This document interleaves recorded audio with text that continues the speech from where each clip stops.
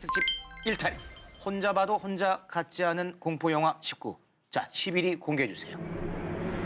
당신을 노리는 죽음의 숫자 5. 1970년대를 대표하는 공포영화 역사의 한 획을 그은 영화. 바로 오맨입니다. 기억하시죠? 그럼요. 포스터만 봐도 무섭다. 배우들 연기도 너무 좋았고. 다큐멘터리 작가 데이비드 셀처의 원작 소설을 배경으로 한 영화 오맨. 영국 대사 로버트 손의 아들로 입양된 데미안. 하지만 데미안의 정체는 다름 아닌 악마의 아들. 인류를 멸망시키기 위해 인간의 형태를 한 악마였죠. 데미안은 유모부터 시작해 자신의 주변 인물들을 차례차례 죽여나갑니다. 자신을 키워준 부모를 죽음으로 내몰고 장례식에서 지은 저 표정. 쟤 뭐야?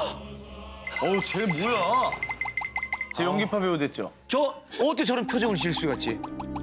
저 데미안의 오싹한 미소가 관객들을 밤잠 못 이루게 했었습니다. 자, 그리고 오맨에서 절대 빼놓을 수 없는 숫자 6. 6. 그렇습니다. 바로 죽음과 악마를 상징하는 숫자 6. 데미안이 처음 태어났던 날은 6월 6일 오전 6시. 악마의 아들 데미안 머리에 있는 표식은 666. 아하. 자, 이렇게 영화 오맨은 호러 영화지만 그 어떤 귀신도 또 흉측한 괴물도 등장하지 않고요. 숫자 6처럼 불길하고 음산한 진조만으로 공포감을 극강으로 끌어올리는데요. 근데 그 오맨에 얽힌 저주도 좀 많지 않았어요? 네, 그렇습니다. 영화 속에서 처참하게 목이 잘려나간 카메라 기자의 모습. 자, 이 장면의 특수 효과를 맡았던 담당자가 애인과 네덜란드 여행을 하던 중 그만 교통사고를 당했는데 그가 사고를 당한 자리엔 오맨까지 66.6km라는 표지판이 딱 있었고요. 뭐라고? 또 영화 속에서 원숭이들이 데미안의 악한 기운을 견디다 못해 난동을 부리는 이 장면을 촬영한 동물원에서 네. 사육사가 갑작스럽게 탈출한 맹수에 물려 사망하는 사고까지 일어납니다. 어머. 이 뒷얘기가 더 소름 끼친다. 어우, 저 영화는 안 좋은 일이 너무 많이 생겼다.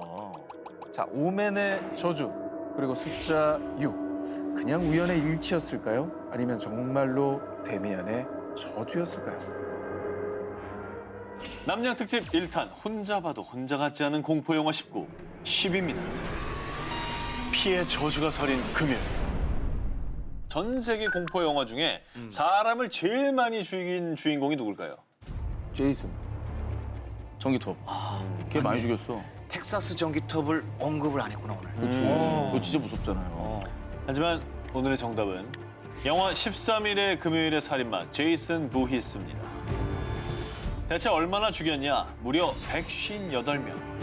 그걸 또 그 100 몇 명을 저기 그냥 한 번에 죽인 게 아니잖아요. 그럼요.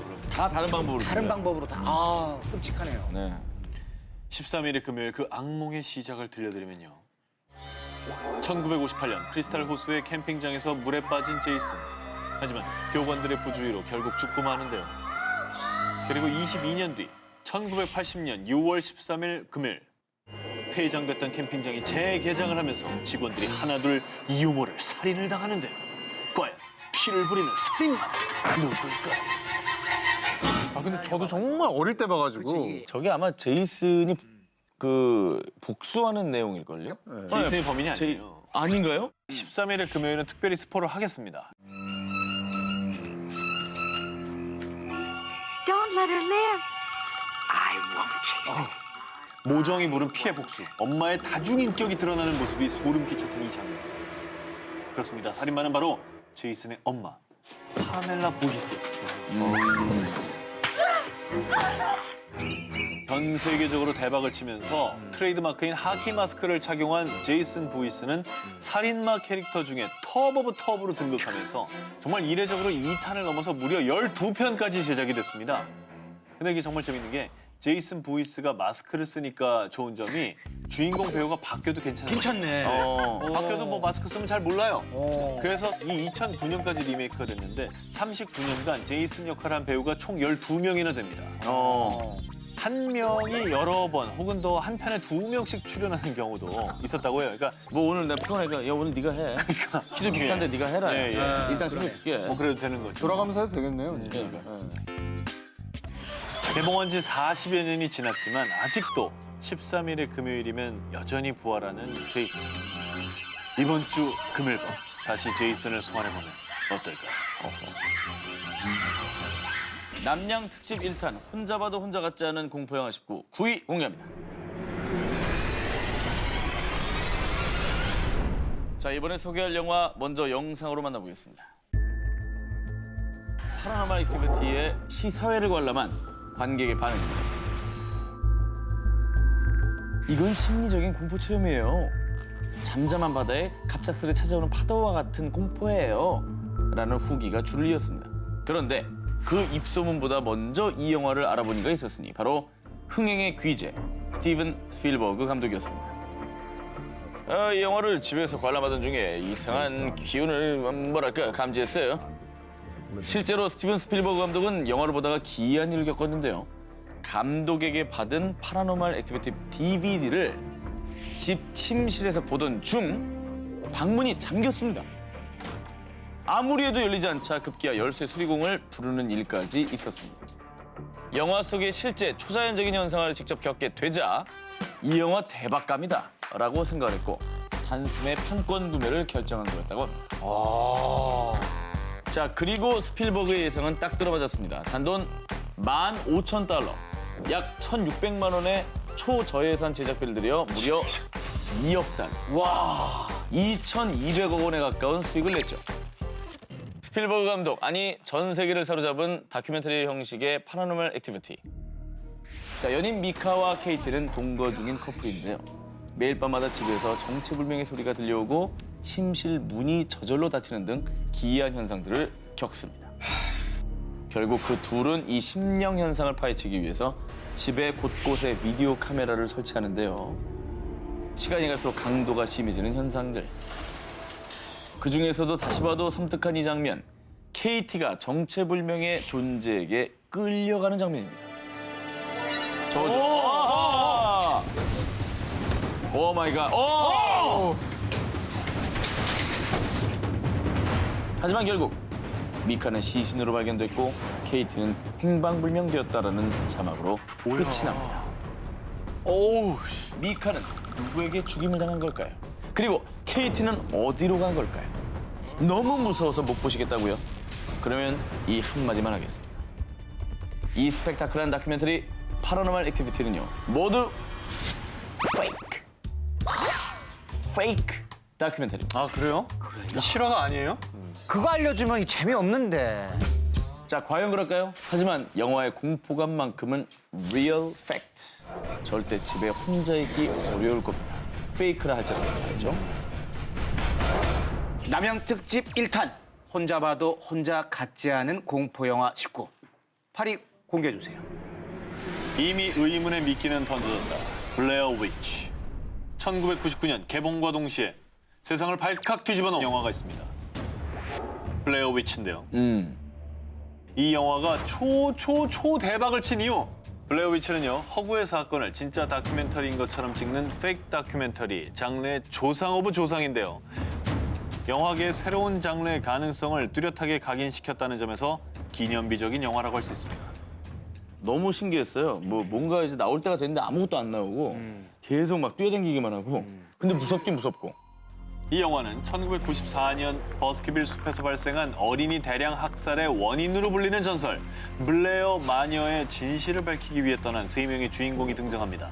그리고 그 과정에서 듣게 되는 주민들의 생생한 증언과 믿을 수 없는 초자연적 현상. 이 과정에서 고조되는 세 사람의 갈등. 뭐 요즘에 그 곤지암 보시고 진짜다 이렇게 오해하시는 분은 없지 않습니까? 그런데 1999년 당시에는 이 페이크 다큐멘터리라는 장르 자체가 생소했고요. 그리고 무엇보다 제작진들이 관객들이 미끼를 콱 물게 하려고 영화 관계자들이 영화가 개봉하기 무려 1년 전부터 수많은 떡밥을 미리 던져놨는데요. 블레어 마녀의 전설이 실제로 있는 것처럼 홈페이지를 개설해 관련된 내용을 업데이트해놨고요. 거기에 3명의 실종 사건에 대한 경찰 기록부터 부모님의 인터뷰까지 올렸습니다. I hope you're never in my situation and you never have to depend on Sheriff Cravens to help you out. 심지어 실종 전단까지 붙여놨습니다. 그런데 역시나 이 모든 건 페이크. 이것도 페이크야? 게다가 가장 중요한 게 연기하는 배우들 아닙니까? 네. 그래서 배우들에게조차 블레어 마녀의 전설이 가짜라는 사실을 숨겼고요. 귀신 소리, 공포 효과 등을 일체 배우들에게 알려주지 않아서요. 저희가 본 대로 정말 리얼한 공포감을 그대로 살릴 수 있었던 거라고 합니다. 그래서 실제로요, 블레어 위치를 본 관객들은 블레어 마녀의 존재를 믿으며 전설을 직접 밝혀보겠다고 3355 모여 메릴랜드주의 버키스빌 숲을 찾아가게 됐는데요. 그럼 눈을 뜨지도 또 눈을 감지도 못한 새로운 공포의 시작. 오늘 밤 블레어 위치에서 확인해 보시죠. 남양 특집 1탄 혼자 봐도 혼자 같지 않은 공포영화 19 이번엔 7위 공개하겠습니다.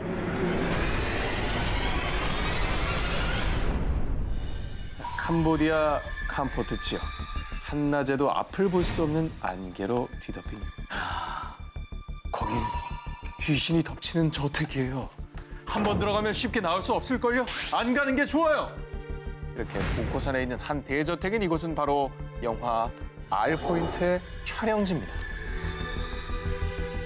근데 저 영화는 정말 잘 만든 것 같아요. 네, 지금도 뭐 시간이 지났지만 영화 채널에서 방송도 많이 나가고 검색어에도 자주 오르는 영화입니다. 자, 1972년 베트남 전쟁 막바지 사단 본부 통신부대의 무전기로 6개월 전에 로미오 포인트에서 사망한 것으로 추정이 되는 18명의 수색 대원들로부터 계속해서 구조 요청이 들려오고 결국 또 다른 부대가 이 대원들의 흔적을 찾아 나서며 이야기는 시작되는데요. 자, 총탄이 오가는 전쟁터. 하지만 적보다 무서운 건 왜 대답 안 해요? 시끄럽잖아요. 자, 바로 내 옆에 있는 동료가 원혼, 즉 귀신일 수도 있다는 무시무시한 심리적 공포. 귀신이 올려 동료를 위험에 빠뜨리는 병사를 구하기 위해 주인공 최중희는 긴장을 늦추지 않습니다. 관등성명 안 들려? 관등성명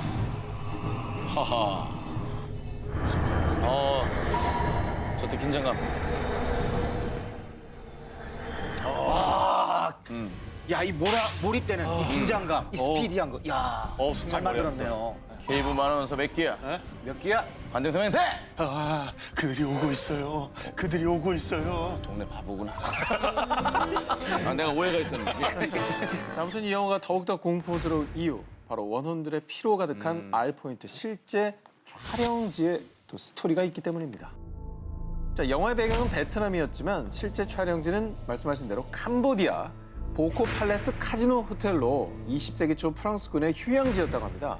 자, 그런데 안개가 자욱한 이곳에서 촬영 내내 기이한 현상들이 끊이지 않았는데 자, 배우들은 평소엔 괜찮다가 건물에만 들어가면 몸이 아파왔고요. 심지어는 공수창 감독마저도 좀 전까지 뚜렷하게 보이던 저택이 안개 속에 단 몇 분 만에 사라졌어요.